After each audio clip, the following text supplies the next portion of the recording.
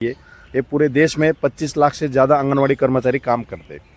उनका काम बहुत ही महत्वपूर्ण है। उनमें कुपोषण दूर करना, लैक्टिंग मदर को सर्विस देना, प्रेगनेंसी मदर को, प्रेग्नेंट मदर जो है उनको सर्विस देना, उनकी हेल्थ की चिंता करना, वो सब संदर्भ सेवा देना, ये सब पूरे गांव लेवल पे ये लोग काम करते हैं। और कम से कम 1975 से ये लोग काम कर रहे हैं, मतलब आज 50 साल हो गए।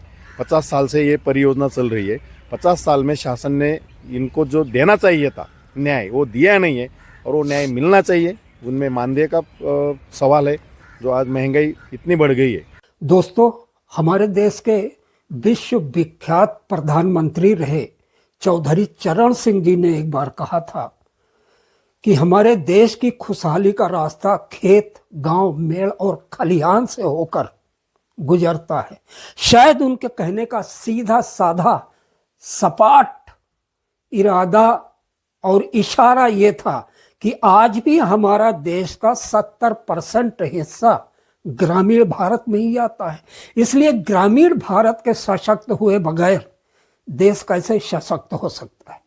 शायद इसीलिए आज जो सरकार केंद्र में है, तो केंद्र सरकार ने ग्रामीण विकास के लिए तमाम समग्र योजनाएं चलाई हुई हैं, जिससे हमारा ग्रामीण भारत सशक्त हो सके। और इसी में से एक संगठन है जिसके ऊपर ग्रामीण भारत के स्वास्थ्य, शक्ति, सामर्थ्य का बहुत ज्यादा दारोमदार होता है, और वो है आंगनबाड़ी। लेकिन वजह क्या है कि जब तक आंगनबाड़ी की ये संस्था, ये महिलाएं अपने विशिष्ट परिधान में दिल्ली के जंतर मंतर पर बैठी नजर आती हैं, क्योंकि एक आंकड़े के मुताबिक पूरे देश में 25 लाख के करीब ये कर्मचारी हैं। तो सोच लीजिए कि वोटों का भी आकलन कर लिया जाए तो सरकार बनाने में आंगनबाड़ी की महिलाओं और उनके परिवार की भूमिका से इनकार कौन कर सकता है। आज दिल्ली के जंतर मंतर पर बड़ी संख्या पर महाराष्ट्र से आई आंगनबाड़ी संस्था की महिलाएं मौजूद थी। मैंने उस संस्था के अध्यक्ष माया जी के अलावा, माया परमेश्वर के अलावा, उनकी कई सहयोगी साथियों से भी इस बारे में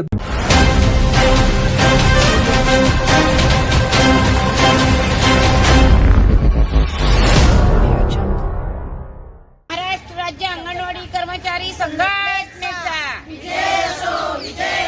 महाराष्ट्र राज्य अंगणवाडी कर्मचारी संघटनेचा हम सब हमारी ताकत, हमारी यूनियन। और ये बजट है अभी केंद्र सरकार का, तो इसमें हमको न्याय मिलना चाहिए। मार्च से महिलाओं पहले न्याय चाहिए। बिल्कुल। तो वहाँ तो डबल इंजन की सरकार है, क्या दिक्कत है? दिक्कत नहीं है, दिक्कत ये है कि डबल इंजन लगता ही नहीं है। डबल इंजन लगता नहीं अच्छा, डबल इंजन नहीं लग रहा है। तो मानदेय के बारे में क्या मांग है? पहले तो मानदेय के बारे में मांग है कि हमारे सरकार ने, मतलब केंद्र सरकार ने 2017 में जो मानधन बढ़ोतरी की थी 1,500 रुपए, उसके बाद आज तक 1 रुपया बढ़ोतरी नहीं की है। तो पहले मानधन बढ़ोतरी होना चाहिए। 4,500 देश की आंगनवाड़ी मानदेय लेती है, तो वो कैसे जिएंगी, इसका भविष्य कैसा होगा। और ये जो काम कर रही है वो काम है ना, डोकेलिटी का काम है, और इसमें मेहनत बहुत है। कितना महीने का कितना मिलता है आपने? महीने का 4,500 केंद्र सरकार का मिलता है। और ये भी बता दीजिए दर्शकों को कि आपका ड्यूटी आवर कब से कब तक का है? ड्यूटी आवर हमारा 6 घंटे तक है। 6 घंटे? 6 घंटे तक। अच्छा। हाँ। शुरुआत में जब आप लोगों ने ज्वाइन किया था, भर्ती हुई थी, तो वो सरकार के नियमों के मुताबिक था, या आप अपनी मर्जी से आ गई थी कि चलो जो भी मानदेय होगा स्वीकार है? नहीं, शुरुआत तो हुई थी ऐसे कि स्वयं सेवी बनो, मानदेय बनो, मानदेय बनो, सेवा करो। अच्छा। हाँ, थोड़ा सा मानदेय मिल जाएगा, सेवा करो। उसके बाद आ गए सब कायदे कानून लगने लगे। खाली कानून लगते काम के बारे में, मानदेय के बारे में कोई कानून नहीं है। अभी मानदेय देना पड़ेगा, काम करना पड़ेगा। लेकिन नहीं, हम कहते हैं कि 8 तास हमको काम दे दो और हमको शासकीय कर्मचारी करो। अच्छा। 8 तास काम करेंगे हम लोग। नहीं, बिल्कुल गिनो ठीक है। गिनो वो काम हम लोग रात में करते, दिन में करते, जब रेंज आ जाएगी तब हम काम करते। तो हमारा काम आप गिनो कितने घंटे हम कर रहे उस हैं। हिसाब से तो 8 घंटे के ज्यादा हम काम करते हैं, तो उस हिसाब से हमको सरकारी कर्मचारी करना चाहिए। और आज अभी मानदंड बढ़ोतरी हमको होना ही चाहिए। एक व्यवस्था है कि आपको काम चाहिए तो चलिए, आपको कंप्रोमाइज करना ही करना पड़ेगा। ये कौन सी जबरदस्ती है? क्योंकि ड्यूटी आवर ये बता रहे हैं 6 घंटे, उत्तर प्रदेश से जो लोगों ने मुझे दी है उसके हिसाब से इनका ड्यूटी आवर 10 घंटे से भी ऊपर चला जाता है कहीं कहीं। जी, आपका नाम? मैं तेजश्री गायकवाड़ हूँ। तेजस्वी जी। अच्छा, गायकवाड़। राज्य सरकार के सामने भी कभी आपने मांग की थी इस तरह की? राज्य सरकार के सामने हम लोगों ने मांग की थी कब और किया हमारे था? महाराष्ट्र में राज्य सरकार के द्वारा 3,000 रुपए की बढ़ोतरी अभी उसने दिया है, तो 5,000 बोला था। अच्छा। और लेकिन 3,000 किया। 3,000 दिया और प्रोत्साहन भत्ता के नाम से 2,000 वो देने वाले हैं। तो इंक्रीमेंट के बाद आपकी कितनी मानदेय कितना हो गया है अब? महाराष्ट्र में सब लोग अभी 13,500 तक गए हैं अभी। 13,500 तक गए हैं। तो आपकी बात को तो इन्होंने काउंटर कर दिया। आप केंद्र सरकार के 4,500 वो जोड़ के बता रही ना। अच्छा, सारा। हाँ, जोड़ के बता रही। अब केंद्र सरकार से आपकी मांग है क्या? केंद्र सरकार एक पूरे देश में, भारत देश में 4,500 पे काम कर रही है। हमारी बहनों के लिए न्याय मिलना चाहिए। संघर्ष हमारा है कि हमें मानदेय मिलना चाहिए, रोजी रोटी मिलना चाहिए। इस महंगाई के बारे में सोचना चाहिए। एक जुड़ी हम ले जाएंगे मेथी की सब्जी की, तो आपको 20 रुपए और मेरे को 10 रुपए में नहीं मिलेगी। तो ये बराबरी का हक हमको मिलना चाहिए। बराबरी का हक। जी, आप बताएंगे कि टोटल संख्या कितनी है कर्मचारियों की आंगनबाड़ी की पूरे महाराष्ट्र? पूरे 2 लाख है आंगनवाड़ी की संख्या हमारी बहनों की। लेकिन सर अभी जो मतलब हम यहाँ पे आए हैं तो ये इसलिए आए हैं कि अभी अभी नए सरकार ने जो बजट डिक्लेयर किया है हमारे लिए, लेकिन उसमें उन्होंने ऐसा मतलब बोला नहीं, उन्होंने तरतूद नहीं रखी है कि वो हमारा मानदेय बढ़ाने वाले हैं या कुछ करने वाले। हमारे मानदेय तो सिर्फ यहाँ पे केंद्र सरकार सिर्फ 4,500 रुपये दे रहे हैं, जिसमें आपको भी मालूम है कि 4,500 में तो घर तो नहीं चलाया जा सकता है। काम तो आप 6-6 घंटे दे रहे, फिर बाद में मानदेय नहीं बढ़ा रहे। तो मतलब ये कहा कि नाइंसाफी है। काम के मुताबिक मानदेय नहीं है और इस चीज पर समझौता ऐसे नहीं हो सकता। कम से कम जितना काम उतना मानदेय। और महिलाओं के बारे में तो सरकार तमाम जनोपयोगी योजनाएं चलाती है, तो ये कहाँ का न्याय है? जी, नाम आपका क्या है? मेरा नाम चेतना गौली, मैं महाराष्ट्र से आई हुई हूँ। और हम जो काम करते हैं, जो हमारे मतलब ये जो भारत सरकार है वो जो नियंत्रण करती है हमारे ऊपर, जो पोषण ट्रैकर ऐप दिया हुआ है उस पर इतनी मतलब ये पाबंदी लगाई है कि 90-80 हज़ार जो पगार लेते हैं उसके भी इतना पाबंदी नहीं है जो आंगनवाड़ी कार्यकर्ता पे लगाई गई है। और जो हम दिन भर पोषण ट्रैकर में ऐप में काम करते हैं, ऑनलाइन काम करते हैं, उसका तो कोई मतलब घंटा गिनती कुछ भी नहीं है। दिन रात जब रेंज आ जाए रात को भी काम करना पड़ता है। ये बहुत बड़ी पीड़ा है और ये आवाज़ जो है एजुकेटर के बाद उठी है। आंगनबाड़ी में ट्रैकर लगाया हुआ है, यानी एक खौफ ऊपर से बिठा दिया गया है। आप देखें मानदेय क्या है और उसके बाद बंदिशें किस कदर लगाई जा रही हैं। जी बताइए, पूरी बात बताइएगा कि इसके पहले आप कभी आंगनबाड़ी की मांग को लेकर, क्योंकि ये राष्ट्र पूरी मतलब राष्ट्रीय स्तर का संगठन है, तो जब दीगर दूसरे स्टेटों का यहाँ पर बैठक होती है आंगनबाड़ी के, तो उनके उसमें भी आते हैं आप? दिल्ली इसके पहले आए थे? जी आए थे, बहुत बार आए, हर साल आते हैं, साल में 2 बार आए थे हम सब लोग। फिर भी हमारी कोई सुनता नहीं है। हम निवेदन दे के चले जाते हैं, लेकिन कोई भारत सरकार हमारी कोई भी बात सुनने को तैयार नहीं है। मतलब इतनी पाबंदी पोषण ट्रैकर के ऊपर लगाई गई है हमारे काम के ऊपर, तो उतना मानदेय देना चाहिए उन्होंने। उतना मानदेय देना चाहिए। एक चीज मैं जानना चाहूँगा, क्या एजुकेटर भी आपके यहाँ नियुक्त होकर दिए गए हैं अलग से? बिल्कुल कर दिए गए। उसका विरोध भी आपने बहुत किया।